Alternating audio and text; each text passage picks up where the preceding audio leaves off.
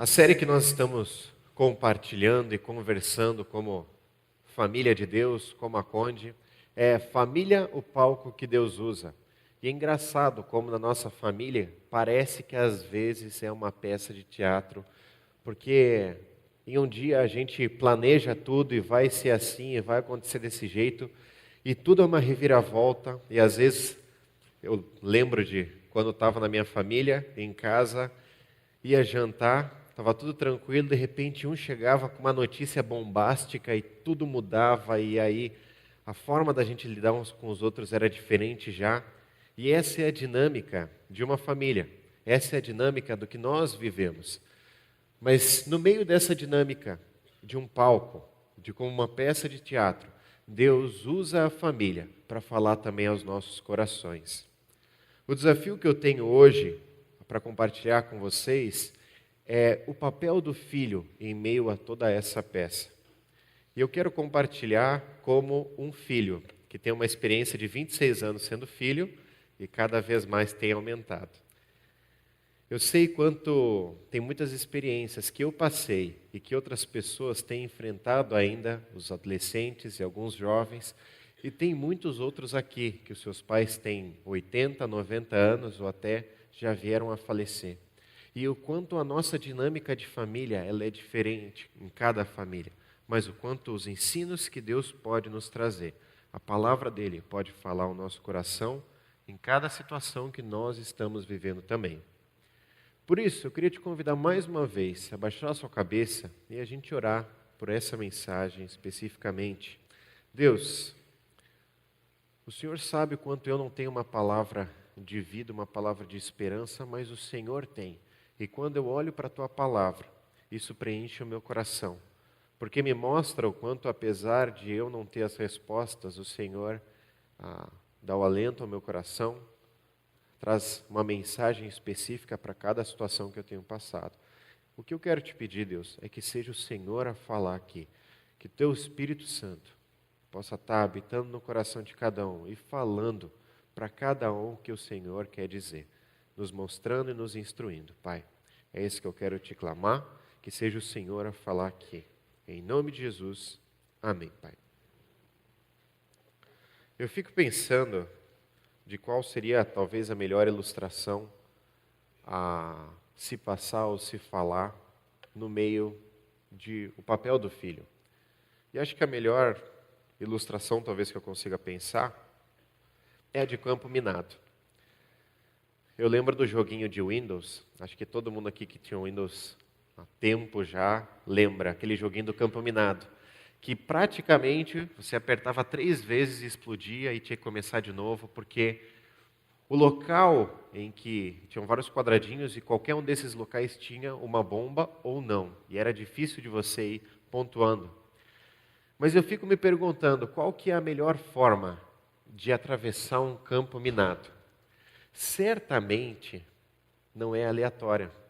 Eu preciso ter uma base para poder atravessar um campo minado, porque qualquer passo em falso explode. A melhor forma que eu percebo de atravessar um campo minado é tendo alguém que já atravessou esse campo minado do meu lado, dizendo: à esquerda, à direita, vai para frente, cuidado, aí tem uma bomba, vai para a esquerda, vai para a direita, e me coordenando. E eu percebo quanto Deus colocou os pais em nossa vida para ser o instrutor no meio de um campo minado, que é a nossa própria vida. A gente vai passar por várias situações em que não faz ideia do que fazer, e que vai ter muitas dúvidas.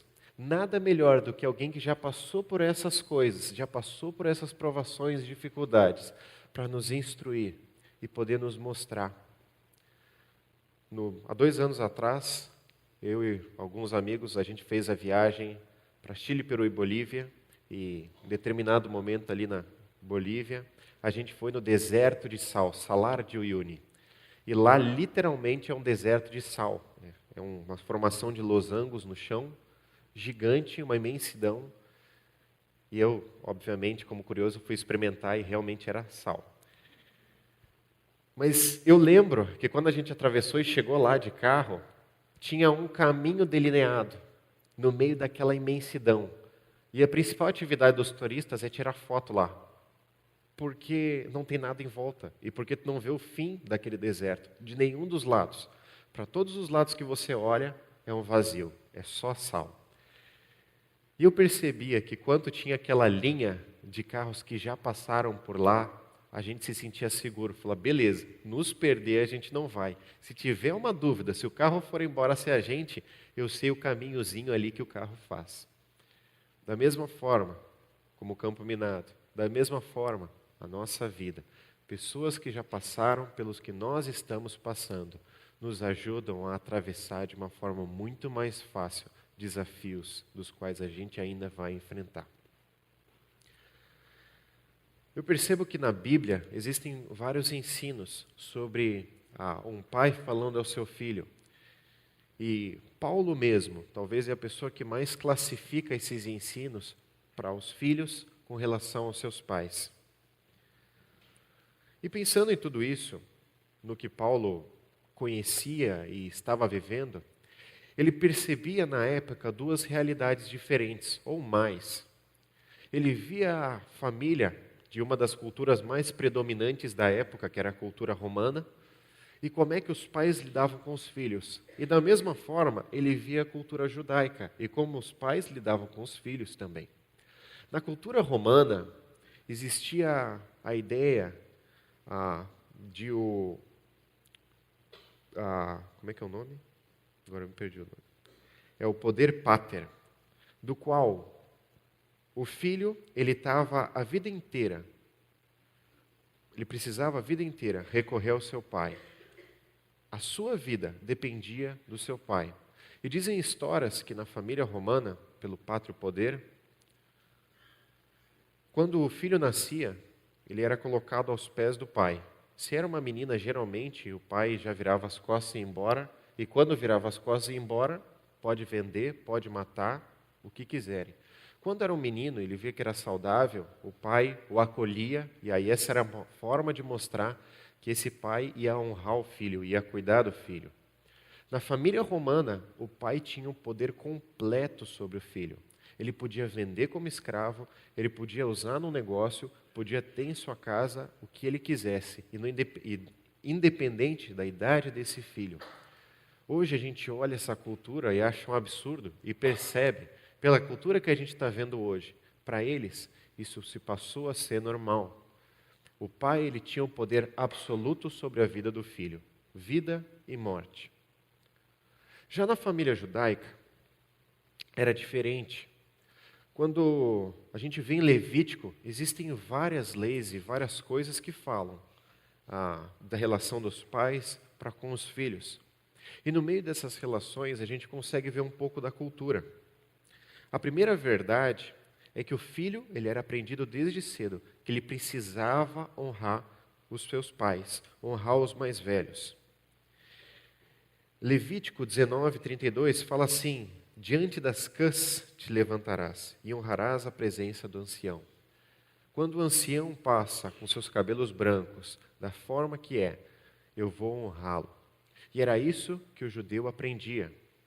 O judeu também aprendia que o filho mais novo, o filho mais velho, o primogênito, ele tinha uma responsabilidade sobre a casa, mas também direitos.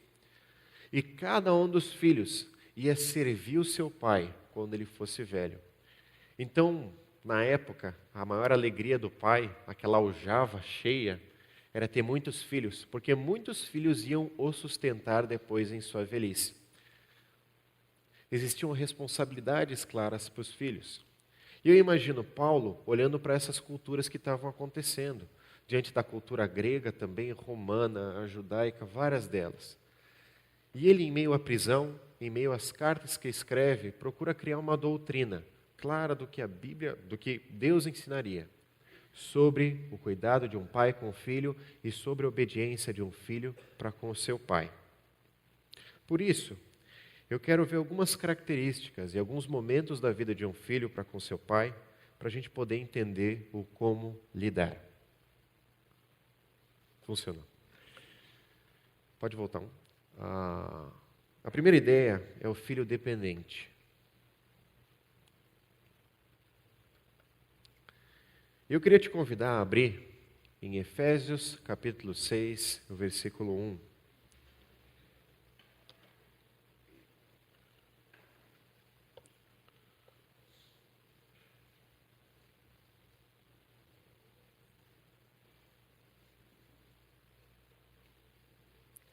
Efésios, capítulo 6, o versículo 1 diz assim: Vós, filhos, sede obedientes aos vossos pais no Senhor, porque isso é justo. Paulo já estava falando sobre relacionamentos de um casal, marido e mulher, sobre os relacionamentos em várias instâncias, e ele chega então abordando aos filhos. E esse talvez, juntamente com Colossenses 3, 20, que diz assim: Filhos, obedeçam aos seus pais em tudo, pois isso agrada ao Senhor. São versículos muito próximos e talvez eles são os mais claros no Novo Testamento com relação a uma ordem direta aos filhos para com seus pais. Honra. Seja obediente. Quando a gente chega no versículo 2 de Efésios 6, ele diz: honra o teu pai e a tua mãe, que é o primeiro mandamento com promessa. Quando a gente começa a estudar um pouquinho mais sobre esse texto, a gente percebe que a palavra original que usa ali nesse texto, de filhos, sede obediente a vossos pais, ela é teknon. E a ideia dessa palavra é o filho que está sobre a tutela dos pais, é o filho da descendência dos seus pais. E é o que todos os estudiosos percebem, é o filho menor de idade, dependente. A ordem para um filho dependente, um filho que está na casa de seus pais, é obedecer. E a obediência é a melhor forma que o filho consegue honrar os seus pais. Através disso, eu posso dizer como filho, nem sempre é fácil, nem sempre é tranquilo, mas essa obediência me traz frutos, me traz bênção. Eu percebo em minha vida várias vezes em que eu deveria obedecer e foi tão difícil para mim obedecer aos meus pais. Quando eu tinha 17 anos, acho que eu já contei essa história para alguns, eu me apaixonei. Eu tinha uns 16 anos e eu me apaixonei. E eu conversei com a menina sobre isso e ela também estava apaixonada por mim. E eu pensei, Deus enfim trouxe minha esposa. Com 17 anos eu tenho, enfim, minha esposa agora. E eu fui conversar com os meus pais sobre isso. E eu lembro quanto meu pai foi muito cauteloso, muito sábio, ao dizer, calma, conversa primeiro, vamos conversar sobre, vamos entender o assunto. E eu, como uma pessoa muito ansiosa, eu fui, pai, eu tenho 17 anos, eu sei lidar já com a minha vida, já tenho uma certa sabedoria. No meio disso, para encurtar a história, eu lembro de vários momentos nessa questão em que eu não honrei os meus pais, eu não obedeci eles. Eu dei passos com essa menina sem que eles tivessem abençoado isso antes. E quando enfim eles abençoaram o caminhar, eu já estava bem distante do que eles pediam para mim. Eu fui percebendo o quanto a minha desobediência e a minha falta de honra gerou brigas em casa, gerou um relacionamento travado naquela época. E eu sabia que era porque o meu coração estava duro. E eu não queria escutar o que Deus estava falando para mim, através da voz dos meus pais. Quando eu comecei esse namoro, enfim, aos 17 anos, ele durou 6 meses. E eu posso dizer que não tinha muito de namoro naquele meio, porque a gente não tinha responsabilidade nenhuma, compromisso nenhum, e ele terminou. Eu lembro de quando eu terminei aquele relacionamento, que para mim eu realmente acho que foi cedo. Eu conversei com os meus pais sobre isso e falei, vocês estavam certos. Como é difícil para o filho admitir isso para os pais. Vocês estavam certos. O que vocês falaram, as preocupações que vocês tinham eram legítimas. E como elas eram importantes para mim. Hoje, olhando para trás, eu percebo que tiveram frutos das coisas que eu passei através dos meus 17 anos ali.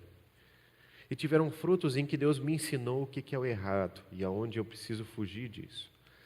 Mas eu também percebo quanto eu perdi bênçãos e oportunidades naquela época, porque eu não obedeci aos meus pais.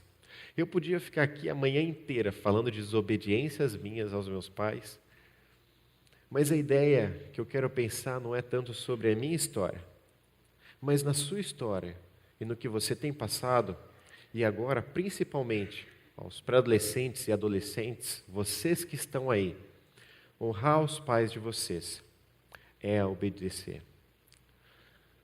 Eu realmente entendo, olhando para o que o texto fala, de que esse momento de obediência, ele vai se passar pela adolescência até uma parte da juventude, em que o filho ainda mora em casa e ainda depende financeiramente, depende dos seus pais. E a melhor forma que o filho pode honrar o seu pai é obedecer, é seguir o que ele está falando. E através disso existem bênçãos, existem coisas incríveis que os filhos podem colher com os pais. E eu fico pensando nisso, pensando na minha vida como filho, e se eu pudesse dar algumas dicas de alguém que tem vivido como um filho há 26 anos, a primeira seria: nem sempre a gente vai entender, mas Deus conhece o coração dos pais, e Deus sabe o que está se passando ali, e Deus os direciona também para falar ao nosso coração. Nem sempre eu vou entender por completo. Eu percebo que nessa situação minha, aos 17 anos, eu não entendia. E meus pais podiam falar 10, 15 vezes, eu não entendia. O meu momento ali não era de entender, mas era de obedecer. Hoje eu entendo, mas passou um tempo até isso. E eu sei que talvez a dúvida que permeie a nós mesmos, o adolescente, o jovem, pensando: os meus pais não são cristãos, como é que eu posso honrar eles? Como eu posso ser fiel a eles, sendo que eles não têm a Deus em seu coração? A verdade é que Deus levantou os pais que nós temos com um propósito para a nossa vida. E é difícil da gente pensar isso sabendo de histórias tão difíceis de família. Mas eu percebo várias vezes também, ouvindo de adolescentes, de jovens, que contam histórias de que pais que não são cristãos os privam de algumas coisas. De pais que não são cristãos os privarem, e eu já ouvi uma história relacionada a isso, do batismo. O pai não crê no batismo, não crê em Deus, não crê que isso seja bom, e ele limita isso: você não vai se batizar. E aí é a grande incógnita e o grande dilema para o jovem, para o adolescente: o que eu faço? Eu percebo que o meu caminhar com Deus me leva a isso, mas o meu pai tem me instruído de uma forma diferente. Eu consigo ver momentos em que os pais não cristãos limitam as pessoas, às vezes, a estudarem a teologia. E eu ouço histórias de pessoas que gostariam, de adolescentes que gostariam de estudar num seminário, fazer algo desse gênero, mas os pais não gostam da ideia e não permitem. Deixa eu pensar junto com vocês uma ideia que talvez é a mais clara. O mandamento aqui em questão é: honra o teu pai e tua mãe. E isso se aplica aos pais cristãos e aos não cristãos. Se aplica porque Deus colocou os pais em nossa vida de forma que a honra a eles vai ser uma honra também ao Senhor. De outra forma, o primeiro mandamento que Moisés escuta e coloca nos 10 mandamentos, ele tem muito a ver com: não terás outros deuses além de mim. Que Deus seja o único Deus na sua vida. A ideia que eu quero construir com vocês é que enquanto os meus pais, mesmo que não cristãos, não falarem algo incoerente com a palavra de Deus e me derem uma ordem relacionada a algo que fira os meus princípios com Cristo, enquanto isso não acontecer, eu preciso obedecer aos pais. Nessas histórias que eu conheço, tem uma história que eu sei de uma menina em Caxias, que a mãe não era cristã, e ela não deixava essa menina se batizar. E ela esperou 8 anos, até que um dia, enfim, a mãe permitiu, e ela se batizou. E como isso foi um testemunho, pelo menos para mim, ao ouvir essa história, puxa, o quanto Deus constrói coisas através disso. Eu sei que acaba sendo uma desculpa quase, para as pessoas que têm os pais não cristãos, de dizer: não, Não vou ouvir o que meu pai diz, porque ele não conhece a Cristo, então eu vou fazer a minha vida. Calma, porque Deus conhece o teu pai e Deus conhece a sua família. E eu quero classificar e fazer essa separação nesse momento. Existem coisas que os pais não cristãos falam, que são nãos, e que necessariamente não são pecados ou não são os problemas. Seja batismo, seja uma ida para o seminário, seja algo assim, que a gente possa colocar em oração diante de Deus, mas honrar os pais. Porque talvez esse vai ser o melhor testemunho que a gente vai poder ter em casa. Em outro momento, é quando meu pai me manda mentir. Você vai mentir, você vai sonegar imposto, você vai fazer alguma coisa assim. Enquanto na casa deles eu tenho esse dilema também. Nesse momento eu creio que a honra a Deus, ela se torna maior do que a honra aos meus pais. Enquanto eu preciso me submeter a Deus. Partindo disso, o filho dependente, ele vai ter incumbências na casa e a melhor forma que ele pode honrar os pais é obedecer. O filho independente, então, pode passar. Ele traz uma ideia diferente já. A ideia do filho independente é que financeiramente ele já consegue se sustentar. Ele não precisa mais viver na casa de seus pais, e em geral ele não está mais vivendo, seja solteiro ou seja casado. E a honra, ela passa a ser diferente, de uma obediência clara para um respeito, para um honrar mais complexo, mas mais profundo. Quando a gente olha em Provérbios, Salomão escreve Provérbios como de um pai para um filho, e ele fala da sabedoria como se fosse aquela mãe que tanto anseia que os filhos escutem as suas instruções, para que eles possam seguir fiéis a Deus em sua vida. Por isso eu queria convidar você a abrir em Provérbios, capítulo 6, versículo 1.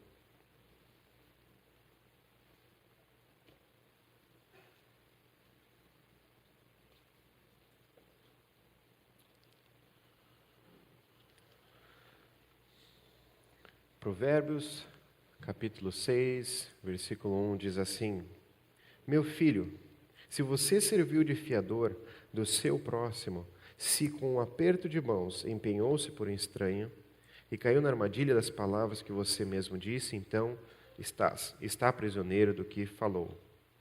Quando a gente olha em Provérbios 6, em alguns outros capítulos da Bíblia, aliás, capítulos de Provérbios, nós percebemos uma instrução de um pai para um filho, que ele não é tão dependente do seu pai, que ele já toma suas próprias decisões.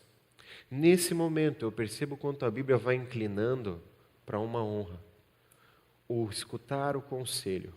Os pais, depois de educarem os seus filhos, passam na maioridade ou na independência dos seus filhos a dar conselhos e a apontar direções possíveis, porque os seus filhos vão decidir por si mesmos. Eu entendo que a fase de vida nisso, e a gente se confunde, não tem tanto a ver com eu ser maior ou menor de idade, mas sim a minha dependência sobre meus pais. Enquanto eu vivo na mesma casa, enquanto eu me sujeito financeiramente a eles, dependo deles, a minha honra vai estar muito ligada à obediência. Quando eu construo a minha própria família, quando eu saio de casa e quando eu me sustento, a minha honra ela passa a ser diferente. Ela passa a ter um respeito, mas ela passa a ouvir conselhos. Os dois honram, e esse é o princípio que permeia tudo. As maneiras apenas são diferentes. Mas da mesma forma em que existem bênçãos muito grandes do filho obedecer aos seus pais, existem frutos colhidos quando o filho independente, ele ouve os conselhos dos seus pais também. Para mim, nessa semana foi uma correria, porque eu e a Sofia, a gente estava fazendo a mudança na sala, trocando sofá, trocando rack de televisão. E eu lembro que quando a gente foi na loja para comprar essas coisas, o valor que eu queria era bem menor do que acabou gastando. Eu queria gastar R$ 10 para comprar tudo, não dava, então também foi mais difícil. Mas eu percebo quanto eu fui negociando, eu fui pensando no valor, E quando a gente fechou o valor, eu fiquei tão na dúvida. E eu lembro que naquele momento eu falei, eu quero ligar para meu pai e ver o que ele acha. Eu vou decidir, mas eu queria ouvir a ideia dele. Depois disso, a gente acabou comprando ali, porque era uma oportunidade naquele momento. Ele fez um valor diferente para nós. E aí a gente comprou. E eu fiquei com aquilo no coração. Pai, eu queria perguntar para meus pais o que eles acham e tal. A gente foi almoçar num domingo na casa deles. E então eu falei sobre essa história. E foi legal. Porque à medida que eu contei, eles falaram, não, legal, está se virando muito bem, hein? Eu falei, ufa. Eu tenho um conselho dos meus pais. Nada do que eles falariam ali mudaria. Eu falei, agora eu vou cancelar a venda, eu vou... Mas como é importante para mim hoje, depois de uma vida sendo educado dos meus pais e hoje não vivendo mais na casa deles, poder ouvir conselhos e poder ouvir coisas que me tranquilizem. E ouvir que a palavra deles acalma o meu coração também. A nossa honra vai existir como adultos. Eu falo para você, jovem, que já tem sido independente financeiramente ou que está caminhando para isso. E o maior dilema disso é que a transição de um adolescente para um jovem para um adulto é uma mistura complicada. Na nossa cultura, o adolescente está em casa. Na cultura americana, nos Estados Unidos, com 17 anos ele vai fazer faculdade e tem vezes que ele já está se sustentando sozinho.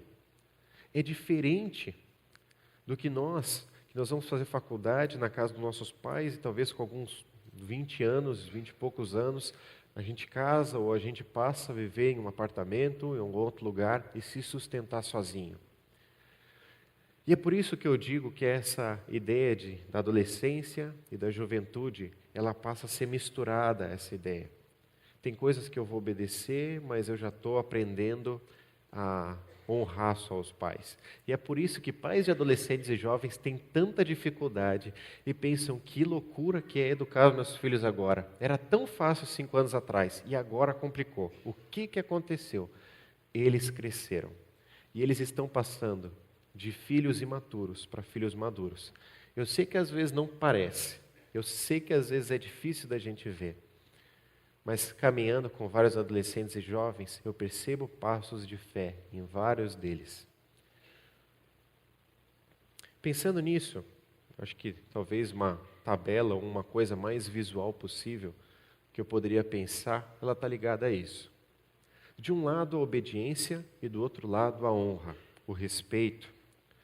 Durante a fase da minha vida, quando começa, um bebê, é muito difícil que ele consiga honrar os seus pais, demonstrar respeito. Se o bebê já não chorar o dia inteiro, ele já está maduro o suficiente para aquela fase de vida. Porque o que o bebê precisa, ou o que a criança nova precisa, é obedecer. E obedecer vai ser tudo o que ela precisa fazer. Vai ser muitos nãos, e não coloca o dedo na tomada, dá choque. Não coloca o dedo no fogão, vai queimar. Não faz isso, você não pode fazer isso. E isso é a maior prova de amor dos pais para os seus filhos, o não. Vai passando o tempo e o filho vai se tornando adolescente e nem sempre os não são tão abertos mais. Quando o pai diz não, ele fala por quê? E aí começa todo outro esquema. E faz parte do começo de dependência dos filhos, de entenderem o que é obedecer, mas passando para honrar os seus pais. E esse é um processo, nunca é de um dia para o outro. E a gente também não sabe o que fazer. Muitas vezes os filhos ficam pensando, o que o meu pai pensa de mim? Por que ele me dá essas ordens? Ele não me conhece, ele não sabe quem eu sou. Na verdade, se tem uma pessoa que conhece a gente, são os nossos pais. No meio disso, a obediência da infância, pré-adolescência, até a adolescência, aos poucos ela vai se tornando a honra. Quando nós olhamos para a nossa vida, a maior parte da nossa vida vai ser ligada à honra e ligada ao respeito. E talvez os 20 anos ali só, iniciais da nossa vida, estão ligados à obediência. Então, adolescentes, fica tranquilo. Tem bastante tempo ainda para vocês aprenderem a honrar os pais. A obediência, ela está agora. E o quanto que é importante nesse momento de obediência para criar frutos depois, na honra. O tempo vai passar e não se espera de um pai que ele chegue para o seu filho e fala: filho, você tem 32 anos, mas você não pode botar o dedo no fogão.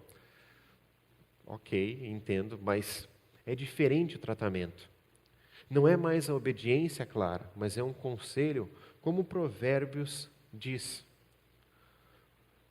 Como nós lemos Provérbios 6, falando do fiador, e como existem vários outros, dando conselhos de um pai para um filho maduro. E o filho vai decidir por si mesmo, ele vai optar se eu sigo esse conselho ou se eu faço alguma outra coisa diferente. Da obediência, tutela, até a independência, o respeito. Por fim, eu fico pensando quanto eu não posso falar para os filhos sem talvez dar um recado para os pais. Eu falo isso com muito temor, porque eu sou filho, não sou pai. Mas eu quero talvez agora vestir a roupa de líder de adolescentes, de jovens, e das coisas que eu tenho visto no ministério. E quando a gente olha em Efésios 6, versículo 3, eu queria te convidar a abrir ali.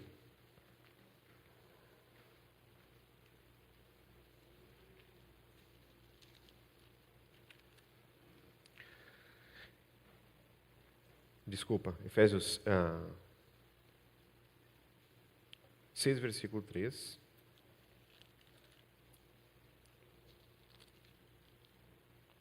Versículo 4, exatamente.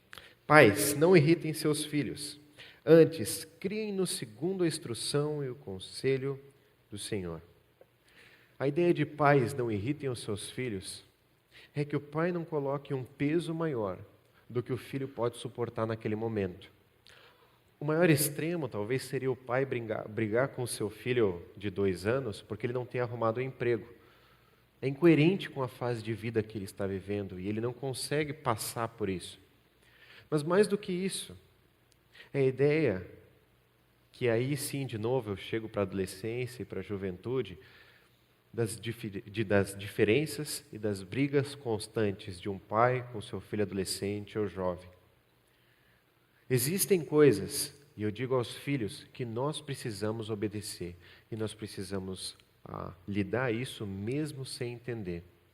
Existem outras, o recado aos pais, de que pais, existem coisas que talvez os seus filhos tanto gostariam de expressar, mas eles não conseguem, porque talvez em alguns momentos vocês não tenham escutado. 3 conselhos rápidos ou 3 dicas rápidas que eu percebo aos pais que têm vivido no meio disso. A primeira é: todo pai, em algum momento da vida, ele vai fazer uma comparação clara para o seu filho de dizer: na minha época era assim, e hoje vocês são moles, vocês não fazem as coisas, não trabalham. Sim, existe uma verdade muito grande nisso, porque sim, nós somos moles, a gente não trabalha, tem preguiça, acontece tudo isso. Eu percebo, ouvindo de vários adolescentes e jovens, toda vez que um pai compara a sua geração com a do seu filho, o filho trava. E ele pode até fazer, mas como é difícil para ele entender essa dinâmica. Porque nós vivemos uma geração diferente e que tem muitos erros, mas tem coisas boas. E que, à medida que a gente está aprendendo a amadurecer, a gente vai errar várias vezes. Eu percebo vários adolescentes, jovens, em que erram na mesma atitude, e aí tem um pequeno acerto, mas às vezes os pais não percebem também. E desanima. Desanima porque o caminhar de todo cristão é tentar se parecer mais com Cristo. Nem sempre isso é perceptível. E eu percebo que essas comparações, às vezes, acabam mais atrapalhando do que ajudando. A segunda coisa é o diálogo. Eu sei que os pais que já atravessaram todo o campo minado, ou grande parte dele, já sabem o que vai acontecer. E às vezes o filho fala: pai, por favor, posso ir numa rave às 3 da manhã com 2 amigos que eu não conheço ainda? E o pai diz: não. E o filho pergunta: mas por quê? Deixa eu te explicar o que vai acontecer. E o pai diz: não. Eu entendo plenamente que o pai conhece o coração do filho e o pai sabe o que é melhor para o filho naquele momento. Mas para o filho, como é importante aquele diálogo, de sentar e de conversar e de entender. Porque talvez, numa situação não extrema, o pai até entenda que existe uma possibilidade, sim, de uma porta aberta e falar, ok, você pode. Ou talvez o filho entenda e reconheça o quanto realmente o meu pai está certo. Nem sempre o filho vai reconhecer, mas esse processo de diálogo, que eu sei que ele é cansativo para os pais, ele é abençoador para os filhos. O meu pai me escuta. E a grande verdade é que se não houver diálogo, quando é adolescente e jovem, quando for adulto, o filho não vai conversar com o pai sobre essas coisas. Porque ele nunca conseguiu conversar. As coisas, tudo isso, essas bênçãos, elas estão sendo feitas, fabricadas, sendo plantadas nessa idade, para que depois, na vida adulta, possam ser colhidas. Por fim, decisões. E eu percebo quanto existe uma bênção muito grande, nós temos muitos pais aqui, cristãos, e que cuidam dos seus filhos de uma forma muito próxima. O recado, talvez, nesse sentido, é que, às vezes, é preciso deixar ele se quebrar, para que ele aprenda quem é Deus na vida dele. Às vezes, é importante deixar ele se dar conta, sozinho, dos erros que está cometendo. Para mim, falando da história aos 17 anos, os meus pais permitiram um namoro em um determinado momento. E eu não quero usar essa história como algo mandatório, os adolescentes vão chegar, viu mãe, eu posso namorar, deixa eu errar por mim, não é essa a ideia. Mas eu percebo o quanto pelos meus pais me permitirem, eles me concederam a responsabilidade, me concederam o direito de cuidar num relacionamento cristão. Namore num relacionamento cristão. Pode ir. Quando os pais limitam os filhos, e eu sei e entendo que vai ter vários momentos em que é necessária uma limitação, e que é necessário uma falta de diálogo e acabou. Mas nas possibilidades, o meu recado aos pais é que deixem os seus filhos, às vezes, dar passos, dos quais eles vão precisar aprender coisas importantes. E como é abençoador, é o pai deixar o adolescente trabalhar e fazer um estágio, e o pai está ali, cuidando dele, ao redor, mas o filho vai se quebrar, e vai acordar tarde, e vai perder o ônibus. É o pai que diz para o filho, você está entrando na faculdade, e você vai fazer a sua matrícula, você vai pagar o seu FIES, você vai fazer tal coisa. E talvez o filho perca, mas ele está aprendendo. Garanto que ele só vai perder uma vez. Todos esses passos são importantes para os filhos, porque é o começo de uma honra aos pais, de uma independência. Pensando em tudo isso e concluindo, eu percebo que existem bênçãos e frutos ao honrar os pais na minha fase de dependência em casa, e o quanto isso é abençoador. E o filho sábio é o que obedece aos seus pais, e ele colhe os frutos disso. Bem como para os pais, existe bênçãos muito grandes de educar os seus filhos. Eu quero muito experimentar essas bênçãos sendo pai. Eu confesso que eu não estou com tanta pressa ainda, mas eu quero muito poder viver isso e educar os meus filhos. Eu louvo a Deus pela família que Deus me deu, porquanto os nãos dos meus pais, hoje eu percebo que foram por amor. E como eles mexeram na minha vida. E como hoje a gente tem um relacionamento aberto, um relacionamento próximo, porque isso foi construído ao longo dos anos. Que nós possamos construir a nossa família sob a base de Cristo, entendendo o nosso papel no lar. Eu queria te convidar a baixar sua cabeça e a gente concluir também essa mensagem orando. Pai, eu percebo quantas vezes eu, como filho, não tenho honrado meu pai. E quantas vezes isso na minha vida já foi frequente. Eu percebo o quanto nós, no meio de uma família, no meio do lar, erramos tanto com o nosso papel às vezes. Mas eu quero te clamar, Pai, que cada um dos filhos aqui presentes possa aprender com relação à honra dos pais, como honrar e como cuidar deles, como obedecer a eles quando necessário, bem como Eu quero te clamar a cada um dos pais aqui, com a total convicção de que eu não sei o que é ser um pai. Mas eu quero clamar que o Senhor possa estar sobre a vida deles, dando sabedoria, dando discernimento para lidar com cada uma das dificuldades com seus filhos. Eu te louvo porque o Senhor traz a Tua palavra para falar ao nosso coração. E te louvo porque o Senhor nos dá a dinâmica de igreja e tantas pessoas dos quais a gente pode conversar e também entender um outro passo. Eu te agradeço pelo Teu cuidado sobre a nossa vida a cada momento. Que a gente possa colher frutos de uma família vivendo ao Teu lado. Em nome de Jesus que eu oro, Pai. Amém.